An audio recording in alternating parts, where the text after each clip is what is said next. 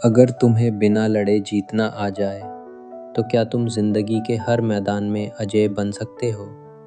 The art of war, एक ऐसी किताब जिसे 2500 साल पहले सन त्ज़ू ने लिखा था, लेकिन इसकी सीख आज भी हर उस इंसान के लिए है जो किसी का नेतृत्व करना चाहता है।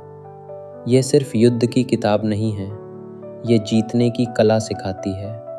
हर अध्याय युद्ध के एक अलग पहलू को समझाता है और बताता है कि असली जीत सिर्फ ताकत से नहीं, बल्कि सही नेतृत्व, सही रणनीति और सही तकनीक से मिलती है।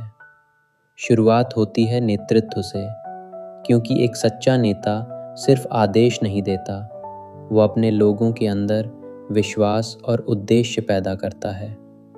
एक मजबूत नेता वही है जो आत्मविश्वासी हो, लेकिन साथ ही अपने लोगों के लिए जिम्मेदार भी हो। लेकिन हर नेता के अंदर 5 खतरनाक कमजोरियां छुपी होती हैं। लापरवाही, जो सब कुछ खत्म कर सकती है। कायरता, जो हार की शुरुआत होती है। जल्दबाजी, जो अपमान से भड़क जाती है। सम्मान के प्रति अत्यधिक संवेदनशीलता, जो निर्णय को कमजोर बना देती है।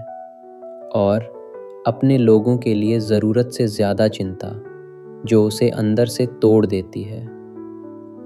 अपने सैनिकों को बच्चों की तरह संभालो। वे तुम्हारे साथ हर मुश्किल में चलेंगे। उन्हें अपने बेटों की तरह मानो। वे तुम्हारे साथ अंत तक खड़े रहेंगे। एक सच्चा नेता बोलकर नहीं, अपने कर्मों से नेतृत्व करता है। जब कोई नेता बिना सोचे फैसले लेता है तो उसकी एक गलती पूरी टीम को खतरे में डाल देती है। और जब नेता डर जाता है तो डर सिर्फ उसके अंदर नहीं रहता, वह पूरी टीम में फैल जाता है। याद रखो, निर्णय न लेना भी एक निर्णय है, और कई बार ये सबसे खतरनाक होता है, क्योंकि एक पल की देरी तय कर सकती है जीत या हार, जीवन या मृत्यु। जो नेता गुस्से में जल्दी फैसले लेते हैं, उन्हें लोग नियंत्रण से बाहर, अप्रत्याशित और अस्थिर मानते हैं। और जब नेता खुद पर नियंत्रण नहीं रख पाता, तो उसके लोग उसके आदेशों को गंभीरता से लेना बंद कर देते हैं। हर नेता को एक मजबूत टीम की ज़रूरत होती है, जो रणनीति बनाए, योजना तैयार करे और जीत की दिशा तय करे। लेकिन जब यही टीम डरने लगती है, जब सच बोलने से डर लगने लगे, तो सबसे कीमती सलाह कभी सामने ही नहीं आ पाती। एक सच्चे नेता के अंदर आत्मसम्मान और गर्व होना चाहिए, खुद पर, अपने लोगों पर और अपने उद्देश्य पर। लेकिन ध्यान रहे, ये गर्व अहंकार नहीं है। ये गर्व उस मेहनत का है जो एक टीम मिलकर करती है, और उस विश्वास का जो उन्हें जीत तक लेकर जाता है। एक मजबूत नेता हर बाहरी हमले का तुरंत जवाब देता है और अंदर के मतभेदों को भी संभालता है। यही गर्व एक टीम को एकजुट रखता है। एक अच्छा नेता अपने लोगों की परवाह करता है, लेकिन वह ये भी जानता है कि परवाह और ज़रूरत से ज़्यादा ढील देने में बहुत पतली रेखा होती है। जब लोग जानते हैं कि उनका नेता उनकी परवाह करता है, तो वे उसका सम्मान करते हैं और पूरे दिल से उसके लक्ष्य के लिए काम करते हैं। लेकिन जब नेता मिशन से ज़्यादा लोगों की सुविधा को महत्व देने लगता है, तो परिणाम विनाशकारी होते हैं। लोग आराम में आ जाते हैं, उनकी प्रेरणा खत्म हो जाती है और उनकी प्रतिबद्धता धीरे धीरे टूट जाती है। अब बात आती है रणनीति की। जब एक नेता नेतृत्व करना सीख जाता है, तो अगला कदम होता है सही रणनीति बनाना। युद्ध में जीत सिर्फ ताकत से नहीं मिलती, बल्कि इस बात से मिलती है कि आप अपने दुश्मन को कितना जानते हैं और हालात को कितना समझते हैं। रणनीति ऐसी होनी चाहिए जो आने वाली मुश्किलों के लिए तैयार हो, लेकिन साथ ही अनजान परिस्थितियों में भी बदल सके। अपने आप से सवाल करो, कौन सी सेना ज़्यादा मजबूत है? किसके सैनिक ज़्यादा प्रशिक्षित हैं? किस नेता की क्षमता ज़्यादा है? और किस सेना में इनाम और सज़ा का नियम ज़्यादा सही है? अगर आप दुश्मन को और खुद को जानते हैं तो आपको 100 युद्धों के नतीजों से डरने की ज़रूरत नहीं है। अगर आप खुद को जानते हैं लेकिन दुश्मन को नहीं, तो हर जीत के साथ एक हार भी मिलेगी। और अगर आप न खुद को जानते हैं न दुश्मन को, तो हर युद्ध में हार निश्चित है। एक सेना तब तक नहीं जीत सकती जब तक वह अपने दुश्मन की ताकत और कमज़ोरियों को नहीं समझती, क्योंकि दुश्मन कितना मजबूत है या कितना कमज़ोर, यही तय करता है कि जीत की रणनीति कैसी होगी। जब सामने एक शक्तिशाली दुश्मन हो तो सिर्फ ताकत से जीतना संभव नहीं होता, वहाँ काम आती है तकनीक और रचनात्मकता। यही वो चीज़ें हैं जो दुश्मन की ताकत को कमज़ोर बना देती हैं। एक मजबूत सेना से सीधे टकराना सिर्फ हिम्मत की बात नहीं है, इसके लिए चाहिए चतुराई, गहरी तैयारी और हालात के अनुसार खुद को बदलने की क्षमता।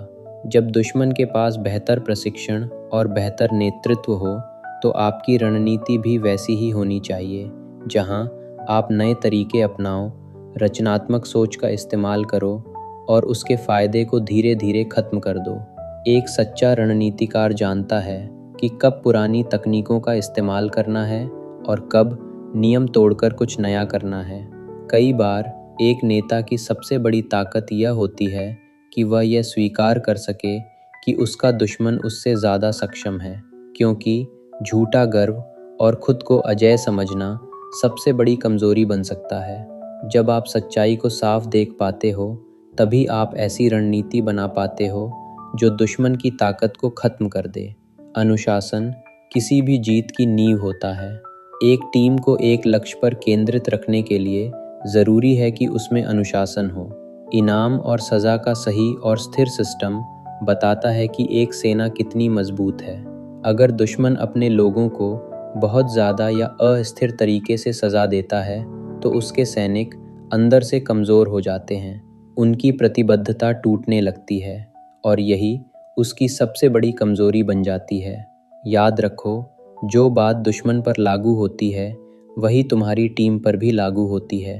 अगर तुम इसे समझ गए तो तुम दुश्मन की कमज़ोरियों को पहचान कर उन्हें अपनी ताकत बना सकते हो।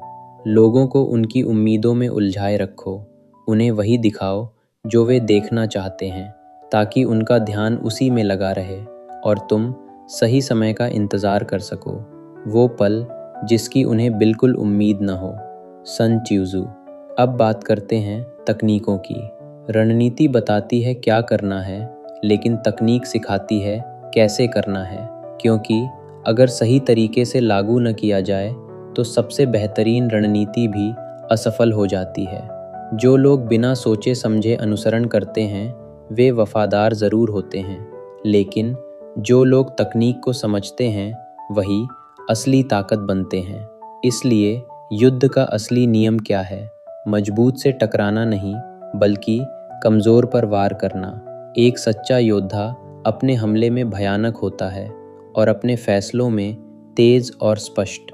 जो पहले युद्ध भूमि में पहुंचता है और दुश्मन का इंतज़ार करता है वह तैयार होता है, ताज़ा होता है, लेकिन जो जल्दी जल्दी पहुंचता है वह थका हुआ होता है और वही उसकी हार की शुरुआत बनती है।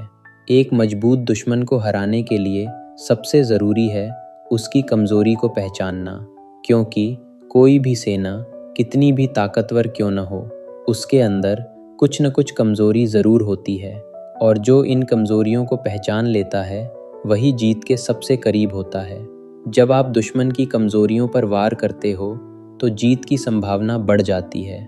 छोटी छोटी सफलताएं आत्मविश्वास पैदा करती हैं और धीरे धीरे दुश्मन की सबसे बड़ी ताकत भी टूटने लगती है। एक शक्तिशाली जनरल अपने सैनिकों के अंदर आत्मविश्वास और उद्देश्य भर देता है।